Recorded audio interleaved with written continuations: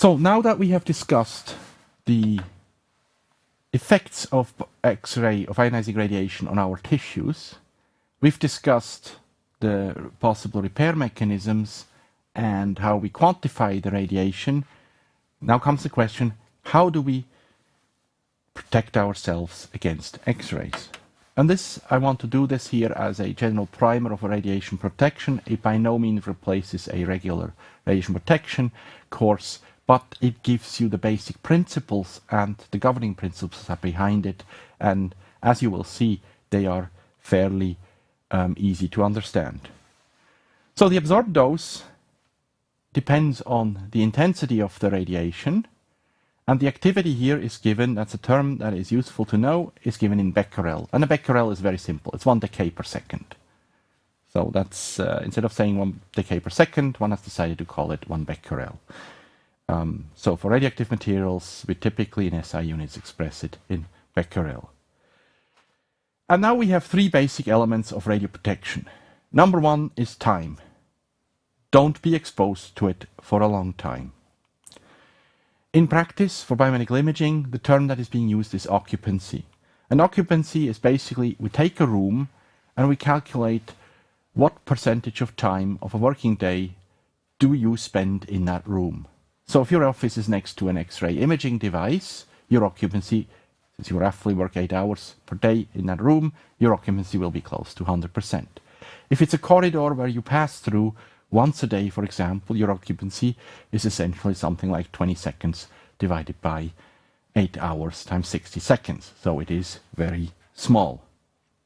So we have less, for corridors, we have less considerations to do because you walk through there, your exposure. Remember, the exposure is determined by the absorbed dose, and the absorbed dose is the energy per kilogram deposited in your body. The second factor is distance. The further away you are, the less exposed you are to the radiation.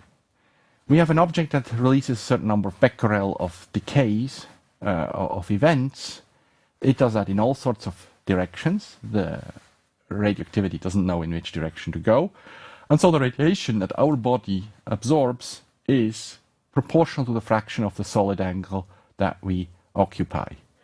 So in other words, we have this fraction, we can express it as the surface of a sphere with radius of the distance between us and the source and our surface area. So in other words, the received radiation that our body receives is proportional to the intensity of the object, the intensity of the source in becquerel, I0, divided by the distance squared. So the further away we are, the better. So as a reminder, here is the solid angle on a sphere. It's 4 pi for a unit sphere. The surface area that we occupy, we as a human being, is fixed. We do not change our surface if we go further away. So the fraction of the solid angle, of the total solid angle that we occupy, decreases with 1 over d squared. So that's the second element. Don't be exposed to it for a long time. Stay away from it as long as you can. But there, the distance, if you double the distance, you have a quarter of the radiation that you're exposed to. So if you have a radioactive sample in your hand, hold it like this, and compared to this, and this marks already a tenth of the radiation that you're exposed to, roughly. And the final element is shielding. So if you cannot avoid being exposed to it, you have a relatively long exposure. If you cannot get away from it, then you use shielding. So we use shielding in certain X-ray procedures to shield the parts of the body that are not subjected to the procedure.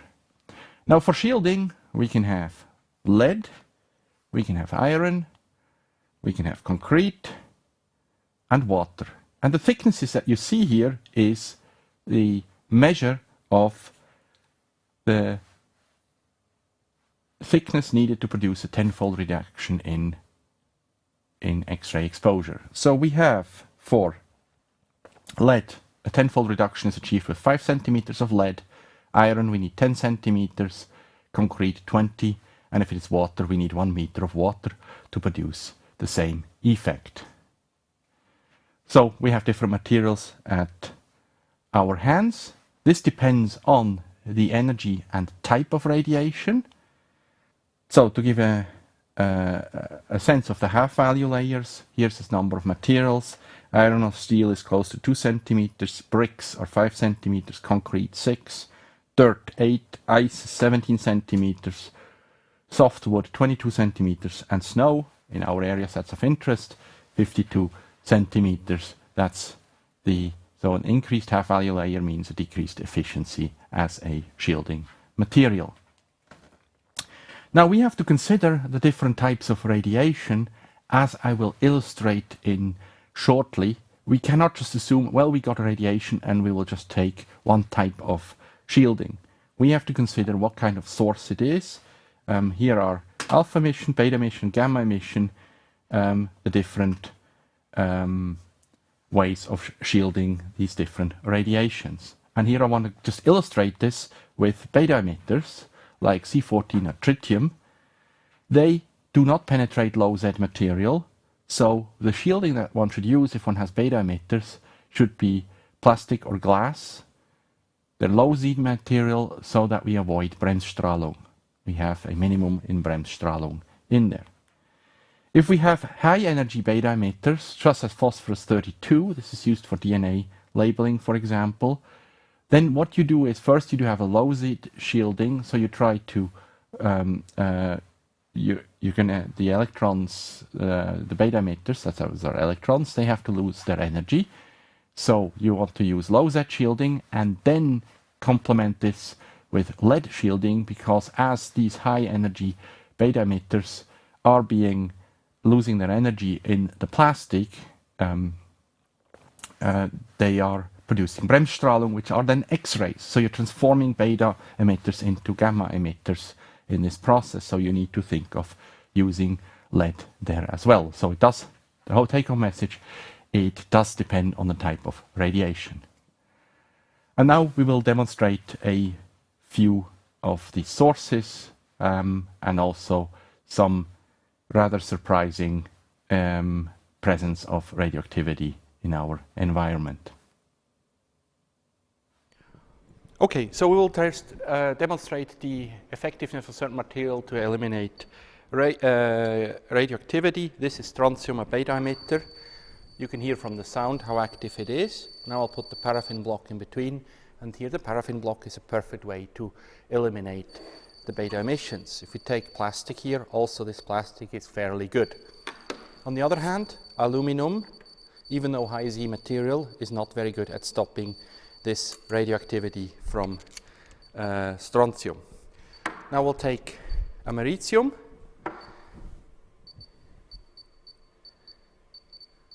This has a lower activity and we can hear the sound. If we listen to the frequency of the sound, that gives us the counts of the particles that are detected. And I'll put the plastic in between, and this source is not effectively blocked by plastic. On the other hand, if I use lead, then we can eliminate the source of radioactivity here to a large extent. We have in older watches, the hands that makes them glow in the dark is made by radium. Radium is radioactive, and here you can hear it. These are the hands of the watches. Some old watch, they should not be being sold or being in use today, but this is an illustration. We'll find radioactivity actually in very surprising places, and this is for those of you who do camping. These are the things that you light on, and as you can see from the activity, this is radioactive. There's radioactive material used. There's of course more nastier materials that are being used, such as polonium in fire detectors and the old CRT TVs. So finally, to put all this into perspective, the radiation exposures we have in biomedical imaging, it would be useful to have some idea what are typical radiation exposures. So we'll have taken here some tables of first some natural radiation. We have radon, typically in our basements, in rocky environments. They're expressed here in millirem per year and millisievert per year. Radon is by far the biggest source of natural radiation. We have cosmic radiation, 8% terrestrial radiation, and then we have also some internal sources. Very often the usage of the units is not uniform. We have Röntgen equivalent mean, or REM, and 100 Röntgen equivalent mean is 1 sievert. Sievert is the official SI unit for quantifying radiation. Then we have artificial sources. We have here an example of medical X-ray. This is in millirem per year, and this is in millisievert per year, nuclear medicine and consumer products. That is a contribution. So we have artificial exposure and natural exposure. By far the most exposure that we are exposed to is the natural sources. Now if you look at occupational other sources, we have occupational radioactivity, we have the nuclear fuel cycle, we have nuclear fallout from surface testing of atomic bombs. We can measure the radioactivity, the consequences of these tests done by the various countries, predominantly in the 60s. These effects, although they can be quantified, they are very low. They are less than a millirem per year here in this column. To give you another idea, sources of exposure. So, in the old days when we had, maybe you still have a old CRT computer monitor or TV, that is where the electrons are accelerated and they produce the image on the screen, the big thick TV screens. These TV sets, the 3 centimeters from that TV set, you're exposed to 0.5 millirem per hour of radiation, because we have electrons that impact on the surface. If you're in an airplane at 12 kilometers height, then you're exposed to roughly the same radioactivity. It's 0.5 millirem per hour. We have radionuclides in the body, for example, potassium, for example, from bananas. There's a lot of potassium, so that's 39 millirem per year. So we compare this radioactivity with this is primarily potassium here, this source. We can compare these numbers here with these numbers here and do the calculation. We have concrete that has radioactivity in there. We have some radioactivity in drinking water. I presume nobody owns these watches anymore. I had one from my grandfather. The old pocket watches used to glow, have the hands that glow in the dark. This was done with radium, and there you would be exposed to 6 millirem per year of radioactivity. Very often eyeglasses contain thorium for whatever reason. There you're exposed to 6 to 11 millirem per year. And if you take a transatlantic round trip, so this is then you're roughly taking up a radioactivity of 5 millirem. Now compare this to medical procedures, chest X-ray, dental X-ray, head and neck. We're at around 5 to 20 millirem. Lumbar spinal X-rays, pelvic X-ray and hip X-ray, they're on the order of 50 to 100 millirem. And if you do a CT scan of head and body, then you're exposed to 1.1 rem of radiation. So that is quite a bit, and that is one of the reasons why we cannot do too many X-ray procedures on the same patient per year. It's interesting to note that these are sort of general tables. I thought it was useful to illustrate the different dosages here. We have some compounds that are quite dangerous, but they are used. If you might remember a few years back, it is now believed that it was the Russian Secret Service that poisoned this former agent of theirs in the UK with polonium. So they got him to swallow something that contained the polonium, and he died of the radiation damage. Polonium is a very nasty substance. It releases very high energetic beta particles. It gets warm, but you do have polonium in, for example, some smoke detectors. They're being used there, and on the older CRT screens, the old TV sets, it was used as an anti-ionizing agent to prevent charge from building up on the surface of the TV set. So these are some examples. A more recent example of where we had to deal with these terms here, like millirem or sievert, were the events the tragic events that surrounded the catastrophe of Fukushima in recent years.